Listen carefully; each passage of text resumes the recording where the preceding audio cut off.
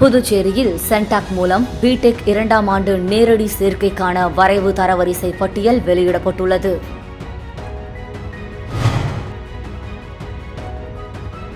காரைக்காலில் 7ஆம் வகுப்பு மாணவனின் கன்னத்தில் அறைந்த உடற்கல்வி ஆசிரியர் மீது நடவடிக்கை எடுக்க வலியுறுத்தி திருநள்ளாறு காவல் நிலைய வாயிலில் மாணவரின் குடும்பத்தினர் தர்ணா போராட்டத்தில் ஈடுபட்டதால் பரபரப்பு ஏற்பட்டது. நெட்டப்பாக்கம் தொகுதிக்குட்பட்ட கல்மண்டபம் பகுதியில் கோவில் நிலத்தை தனிநபர் ஆக்கிரமித்ததை கண்டித்து 100க்கும் மேற்பட்ட பெண்கள் சாலை மறியல் போராட்டத்தில் ஈடுபட்டதால் பரபரப்பு ஏற்பட்டது. புதுச்சேரியில் மக்களவைத் தேர்தல் விதிமுறைகளின்படி அமைதியான முறையில் நடத்தியதற்காக அதிகாரிகளுக்கு இந்திய தேர்தல் ஆணையர் பாராட்டு கடிதம் அனுப்பியுள்ளார். புதுச்சேரியில் சென்டாக் மூலம் பிடெக் 2ஆம் ஆண்டு நேரடி சேர்க்கைக்கான வரைவு தரவரிசை பட்டியல் வெளியிடப்பட்டுள்ளது. சென்டாக் ஒருங்கிணைப்பாளர் அமன் சர்மா வெளியிட்ட செய்திக்குறிப்பில் பிடெக் 2ஆம் ஆண்டு நேரடி சேர்க்கைக்கான வரைவு தரவரிசை பட்டியல் ஜூலை 10ஆம் தேதி சென்டாக் இணையதளத்தில் வெளியிடப்பட்டுள்ளது. ஏதேனும் ஆட்சேபனைகள் இருந்தால் விண்ணப்பதாரர்கள் ஜூலை 12ஆம் தேதி மாலை 5 மணிக்குள் தெரிவிக்கலாம். விண்ணப்பதாரர்களுக்கு குறுஞ்செய்தியும் அனுப்பப்பட்டுள்ளது. முதல் சுற்று ஒதுக்கீட்டுக்கு தேவைப்பட்டால் விண்ணப்பதாரர்கள் தங்கள் பாட விருப்பங்களை ஜூலை 16ஆம் தேதி மாலை 5 மணிக்குள் புதுப்பிக்கலாம் என குறிப்பிடப்பட்டுள்ளது. மேலும் நீட் அல்லாத இளநிலை படிப்புகளுக்கான NRI ஒதுக்கீட்டில் உள்ள முதல் சுற்று சீட் ஒதுக்கீடு பட்டியலும் சென்டாக் இணையதளத்தில் வெளியிடப்பட்டுள்ளது. காரைக்காலில் 7ஆம் வகுப்பு மாணவனின் கன்னத்தில் அறைந்த உடற்கல்வி ஆசிரியர் மீது நடவடிக்கை எடுக்க வலியுறுத்தி திருநள்ளாறு காவல் நிலைய வாயிலில் மாணவரின் குடும்பத்தினர் தர்ணா போராட்டத்தில் ஈடுபட்டதால் பரபரப்பு ஏற்பட்டது.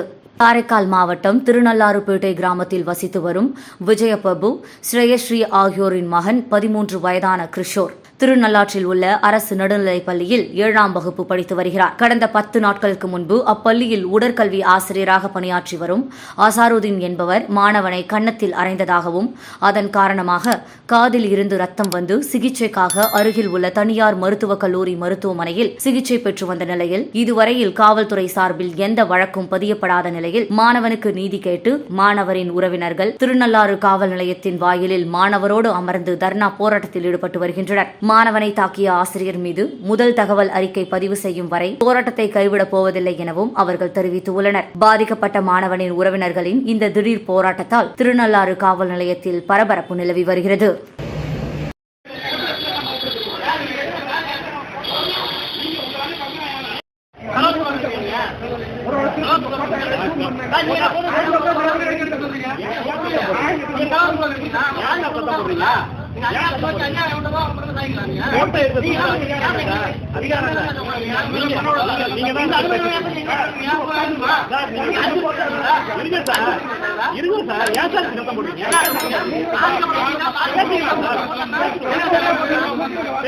மேலும் அந்த வழக்கு பதிவு பண்ண நகர கூட எங்கள்கிட்ட காட்டல. இதுவரைக்கும் எந்த நடவடிக்கையும் எடுக்கல. எந்த வெளிப்படை தன்மையும் கிடையாது. அரசு ஊழியர்ங்கிறதுனால அவங்க வாத்தியாரை காப்பாற்றுறதுக்கு இந்த அரசாங்கமும் சரி இந்த காவல்துறையும் முயற்சி பண்ணிக்கிட்டு தொடர்ச்சியா இதுவரைக்கும் வழக்கு பதிவு பண்ணல. நெட்டப்பாக்கம் தொகுதிக்குட்பட்ட கல்மண்டபம் பகுதியில் கோவில் நிலத்தை தனிநபர் ஆக்கிரமித்ததை கண்டித்து 100க்கும் மேற்பட்ட பெண்கள் சாலை மறியல் போராட்டத்தில் ஈடுபட்டதால் பரபரப்பு ஏற்பட்டது. நெட்டப்பாக்கம் தொகுதிக்குட்பட்ட கல்மண்டபம் காலனி பகுதியில் 200க்கும் மேற்பட்ட குடும்பங்கள் சுமார் 60 வருடங்களுக்கு மேலாக வாழ்ந்து வருகின்றனர். அப்பகுதியில் உள்ள முத்துமாரியம்மன் கோவிலுக்கு சொந்தமான 12 குழி காலி இடத்தில் தான் திருவிழாவை தலைமுறையாக நடத்தி வருவதாக கூறப்படுகிறது. இந்த நிலையில் அந்த கோவில் காலி இடம் தனக்கு சொந்தம் என்று கூறிய நபர் ஒருவர் அந்த இடத்தில் செம்மண் அடித்துள்ளார். கோவிலுக்கு சொந்தமான இடத்தில் செம்மண் அடித்ததை கண்டித்து கல்மண்டபம் காலனி பகுதியைச் சேர்ந்த 100க்கும் மேற்பட்ட பெண்கள் திடீரென சாலை மறியல் போராட்டத்தில் ஈடுபட்டனர். தகவல் அறிந்த நெட்டப்பாக்கம் போலீசார் சம்பவ இடத்திற்கு விரைந்து வந்து போராட்டத்தில் ஈடுபட்டவர்களை கலைந்து செல்ல உத்தரவிட்டனர். இதனால் போலீசாருக்கும் பொதுமக்களுக்கும் கடும் வாக்குவாதம் ஏற்பட்டது. அதனைத் தொடர்ந்து போலீசார் ஆதி திராவிட நலத்துறை இயக்குநரை தொடர்பு கொண்டு பேசினார். இயக்குநர் நடவடிக்கை எடுப்பதாக கூறியதை தொடர்ந்து பொதுமக்கள் அனைவரும் கலைந்து சென்றனர். இதனால் சுமார் 2 மணி நேரத்திற்கும் மேலாக போக்குவரத்து பாதிக்கப்பட்டது. என்னோட நிலம் சொல்லிட்டு அதை ஆக்கிரமிப்பு பண்ணும்போது எல்லாரும் முடிச்சுக்கிறோம். நாங்க அது வரைக்கும் எங்களுக்கு தெரியாது. இது மத்தவங்களோட இது இருக்குது, மத்தவங்க பேர்ல இருக்குது எங்களுக்கு தெரியாது. ஆனா இது கோயில் சொத்துனா எங்களுக்கு எல்லாருக்கும் 6-7 தலைமுறைக்கு மேல நாங்க கோயில் சொத்துனா எங்களுக்கு தெரியும். புதுச்சேரியில் மக்களவைத் தேர்தல் விதிமுறைகளின்படி அமைதியான முறையில் நடத்தியதற்காக அதிகாரிகளுக்கு இந்திய தேர்தல் ஆணையர் பாராட்டு கடிதம் அனுப்பியுள்ளார். புதுவை தலைமை தேர்தல் அதிகாரி ஜவஹர் வெளியிட்ட செய்திக்குறிப்பில், புதுச்சேரி மக்களவைத் தொகுதி பொதுத் தேர்தல் எந்தவித அசம்பாவித சம்பவங்களும் இல்லாமல் அமைதியாக நடைபெற்றது. தேர்தலில் வாக்காளர்கள் 78.90% பேர் வாக்களித்தனர். புதுச்சேரி மக்களவைத் தேர்தலில் வாக்காளர்களை வாக்களிக்க வரவழைக்கும் வகையில் மேற்கொள்ளப்பட்ட முயற்சிகள் தேர்தல் வாக்குப்பதிவின் போது வெற்றிகரமாக செயல்படுத்தப்பட்டன. அதன்படி தேர்தல் பணி மேற்கொண்ட நிர்வாகத்தின் மகத்தான பங்களிப்பை பாராட்டி இந்திய தலைமை தேர்தல் ஆணையர் சார்பில் புதுச்சேரி மாவட்ட தேர்தல் அதிகாரிகள், காவல்துறை முதுநிலை கண்காணிப்பாளர் ஆகியோர்களுக்கு பாராட்டு கடிதங்கள் எழுதப்பட்டன. புதுவை தலைமை செயலர் சரத் சௌஹான், மாவட்ட ஆட்சியர், காவல்துறை முதுநிலை காவல் கண்காணிப்பாளர் உள்ளிட்டோருக்கு பாராட்டு கடிதங்கள் வந்துள்ளது குறிப்பிடப்பட்டுள்ளது. ஸ்ரீ சாய் குழுமத்தின் புதிய கல்லூரி மற்றும் கல்வி மையத்தை முன்னாள் எம்எல்ஏ கார்த்திகேயன், கிரியேட்டிவ் மீடியா இயக்குநர் ராமகிருஷ்ணன் ஆகியோர் திறந்து வைத்தனர். புதுச்சேரியில் முன்னணி கல்வி நிறுவனமான ஸ்ரீ சாய் கல்வி குழுமம் சார்பில் தொண்டமானத்தம் பகுதியில் புதியதாக அமைக்கப்பட்டுள்ள Sri Sai institution of paramedicals and hotel management மற்றும் டியூஷன் சென்டர் திறப்பு விழா வெகு விமர்சையாக நடைபெற்றது. ஸ்ரீ சாய் குழுமத்தின் இயக்குநர் சுசந்திகா தலைமையில் நடைபெற்ற விழாவில் சிறப்பு விருந்தினர்களாக முன்னாள் எம்எல்ஏ கார்த்திகேயன், சமூக நலத்துறை துணை இயக்குநர் துரை ஆறுமுகம், கிரியேட்டிவ் மீடியா இயக்குநர் ராமகிருஷ்ணன் ஆகியோர் கலந்து கொண்டு ரிப்பன் வெட்டி புதிய கல்வி மையத்தை திறந்து வைத்தனர். இந்த நிகழ்ச்சியில் ஸ்ரீ சாய் குழுமத்தின் நிர்வாகிகள், ஆசிரியர்கள் மற்றும் மாணவ மாணவிகள் திரளாக கலந்து கொண்டனர்.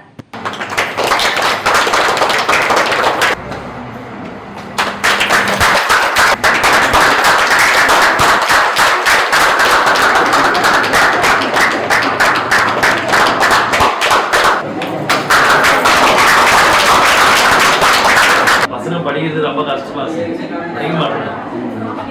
டியூஷன் வச்சாலும் இம்ப்ரூவ் ஆகாது.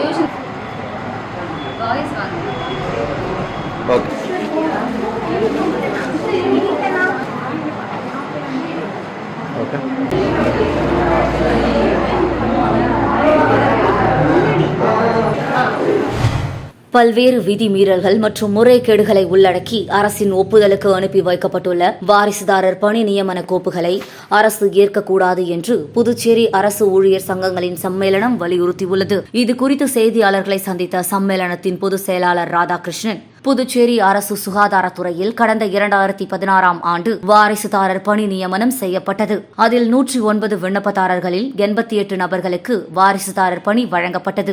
இந்த பணி நியமனத்தில் முறைகேடுகள் நடந்துள்ளது என்று குற்றம் சாட்டினார். மீதமுள்ள 21 வாரிசுதாரர்களுக்கு கருணை அடிப்படையில் பணி வழங்க வேண்டும் என்று பலமுறை வலியுறுத்தப்பட்டுள்ளது என்று குறிப்பிட்ட ராதாகிருஷ்ணன், சுகாதாரத்துறையில் பணிபுரியும் ஒரு சில ஊழியர்களால் பணி நியமனத்தில் முறைகேடு நடந்திருப்பதாக குற்றம் சாட்டினார். ஊழல் முறைகேடுகளால் பலமுறை திருப்பி அனுப்பப்பட்ட வாரிசுதாரர் பணி நியமன கோப்புகளில் ஏற்கனவே பணி வழங்கி ஏற்காதவர்களையும் சேர்த்து மீண்டும் அரசின் ஒப்புதலுக்கு அனுப்பப்பட்டுள்ளது.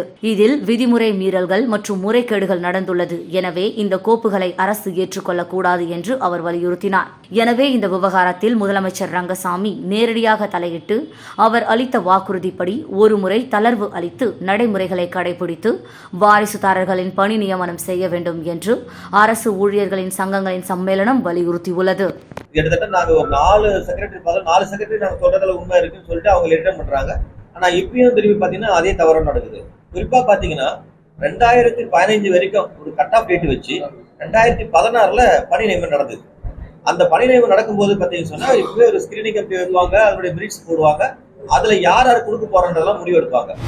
நீட் தேர்வு ரத்து செய்ய மத்திய அரசை வலியுறுத்தி புதுச்சேரி திராவிட கழகம் இளைஞரணி சார்பில் இருசக்கர வாகன பரப்புரை பயணம் நடைபெற்றது. புதுச்சேரி திராவிடர் கழக இளைஞரணி மற்றும் திராவிட மாணவர் கழகம் சார்பில் நீட் தேர்வை ரத்து செய்ய ஒன்றிய அரசை வலியுறுத்தி புதுச்சேரி தழுவிய இருசக்கர வாகன பரப்புரை பயணம் மேற்கொள்ளப் போவதாக அறிவித்திருந்தனர். அதன்படி இருசக்கர வாகன பரப்புரை பயணம் சாரம் ஜீவா சிலை சதுக்கத்திலிருந்து புறப்பட்டது. இந்த பேரணியை புதுச்சேரி மாநில திராவிட கழக தலைவர் சிவ வீரமணி மற்றும் திமுக மாநில அமைப்பாளர் சிவா ஆகியோர் கொடியசைத்து துவக்கி வைத்தனர். 3 குழுவாக புதுச்சேரியில் இருந்து புறப்பட்ட இருசக்கர வாகன பிரச்சார பயணம் நகரத்தின் முக்கிய வீதிகள் வழியாக சென்று வருகின்ற 15ஆம் தேதி சேலம் சென்றடைகிறது. இருசக்கர வாகன பரப்புரை பேரணியில் திராவிடர் கழக துணை பொதுச் செயலாளர் மதிவதனி உள்ளிட்ட அரசியல் இயக்க தலைவர்கள், மாணவரணி பொறுப்பாளர்கள் என அனைவரும் திரளாக கலந்து கொண்டனர். புதுச்சேரியில் ஜூலை 13ஆம் தேதி புதிதாக 7 நீதிமன்றங்கள் தொடங்கப்பட உள்ளன. இதில் உயர்நீதிமன்ற தலைமை நீதிபதி, துணைநிலை ஆளுநர், முதல்வர் ஆகியோர் பங்கேற்க உள்ளதாக தெரிவிக்கப்பட்டுள்ளது. புதுச்சேரி கடலூர் சாலையில் ஒருங்கிணைந்த நீதிமன்ற வளாகம் உள்ளது. இதில் தற்போது பல்வேறு நீதிமன்றங்கள் செயல்பட்டு வருகின்றன. இந்த நிலையில் வழக்குகள் தேங்குவதை தவிர்க்கும் வகையில் கூடுதலாக 7 நீதிமன்றங்கள் தொடங்கப்பட உள்ளன. காசோலை மோசடி வழக்குகளை விசாரிக்கும் விரைவு நீதிமன்றம், மகளிர் நீதிமன்றம், நடமாடும் நீதிமன்றம், ஜுடிஷியல் மாஜிஸ்ட்ரேட் நீதிமன்றம் 5, 6 மற்றும் 7 ஆகியவையும், கூடுதல் மாவட்ட தலைமை நீதிமன்றம் எண் 3 என மொத்தம் 7 நீதிமன்றங்கள் புதிதாக தொடங்கப்பட உள்ளன. இதன் தொடக்க விழா ஒருங்கிணைந்த நீதிமன்றத்தில் ஜூலை 13ஆம் தேதி மாலை நடைபெறுகிறது. சென்னை உயர்நீதிமன்ற தலைமை நீதிபதி மகாதேவன் தலைமை வகிக்கிறார். இதில் புதுவை மாநில துணைநிலை ஆளுநர் CP ராதாகிருஷ்ணன், புதுவை முதல்வர் ரங்கசாமி, சென்னை உயர்நீதிமன்ற நீதிபதிகள் கிருஷ்ணகுமார், சரவணன் ஆகியோர் பங்கேற்க உள்ளதாக தெரிவிக்கப்பட்டுள்ளது. காரைக்கால் நகராட்சி சார்பில் தூய்மை இந்தியாவை வலியுறுத்தி 200க்கும் மேற்பட்ட பள்ளி, கல்லூரி மாணவர்கள் மற்றும் தூய்மை பணியாளர்கள் விழிப்புணர்வு பேரணியில் ஈடுபட்டனர். புதுச்சேரி மாநிலம் காரைக்கால் மாவட்டத்தில் மாவட்ட நிர்வாகம் மற்றும் நகராட்சி சார்பில் தூய்மை இந்தியாவை வலியுறுத்தியும், பொது இடங்களில் குப்பைகளை கொட்டக்கூடாது என்பதை வலியுறுத்தியும் பள்ளி, கல்லூரி மாணவர்கள் மற்றும் தூய்மை பணியாளர்கள் 100க்கும் மேற்பட்டோர் கலந்து கொண்ட விழிப்புணர்வு பேரணி நடைபெற்றது. இந்த விழிப்புணர்வு பேரணி காரைக்கால் மாவட்ட ஆட்சியர் அலுவலகத்திலிருந்து மாவட்ட துணை ஆட்சியர் ஜான்சன் தொடங்கி வைத்தார். இந்த விழிப்புணர்வு பேரணியில் தூய்மையான இந்தியாவை உருவாக்க வேண்டும் என்பதை வலியுறுத்தி மாணவர்கள் கைகளில் விழிப்புணர்வு பாதைகள் வைத்துக் கொண்டு முக்கிய சாலைகள் வழியாக சென்று பொதுமக்களுக்கு விழிப்புணர்வு ஏற்படுத்தினார்கள்.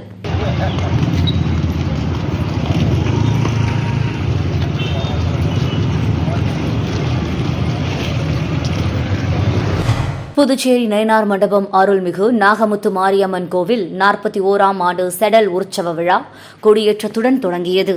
புதுச்சேரியில் மிகவும் பிரசித்தி பெற்ற நயினார் மண்டபம் அருள்மிகு நாகமுத்து மாரியம்மன் ஆலயத்தின் 41ஆம் ஆண்டு செடல் உற்சவ விழா இன்று காலை கொடியேற்றத்துடன் தொடங்கியது. விநாயகர் பூஜையுடன் சிறப்பு பூஜைகள் நடைபெற்று ஏரிக்கரை அருள்மிகு துலுக்கானத்தம்மன் ஆலயத்திலிருந்து புனித நீர் சக்தி கரகம் எடுத்து வந்து கோவிலில் கொடியேற்றமும் காப்பு கட்டுதலும் நடைபெற்றது. இதனைத் தொடர்ந்து பார்சாகை வாற்றல் என்கிற கூழ் ஊற்றும் வைபவம் நடைபெற்றது. இதில் ஏராளமான பொதுமக்கள், பக்தர்கள் கலந்து கொண்டு அருள்மிகு நாகமுத்து அம்மனை தரிசனம் செய்து சென்றனர்.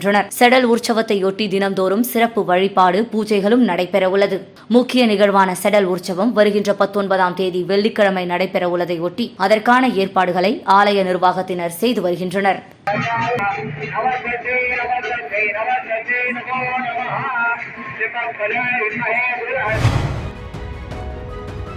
புதுச்சேரியில் சென்டாக் மூலம் பிடெக் 2ஆம் ஆண்டு நேரடி சேர்க்கைக்கான வரைவு தரவரிசை பட்டியல் வெளியிடப்பட்டுள்ளது.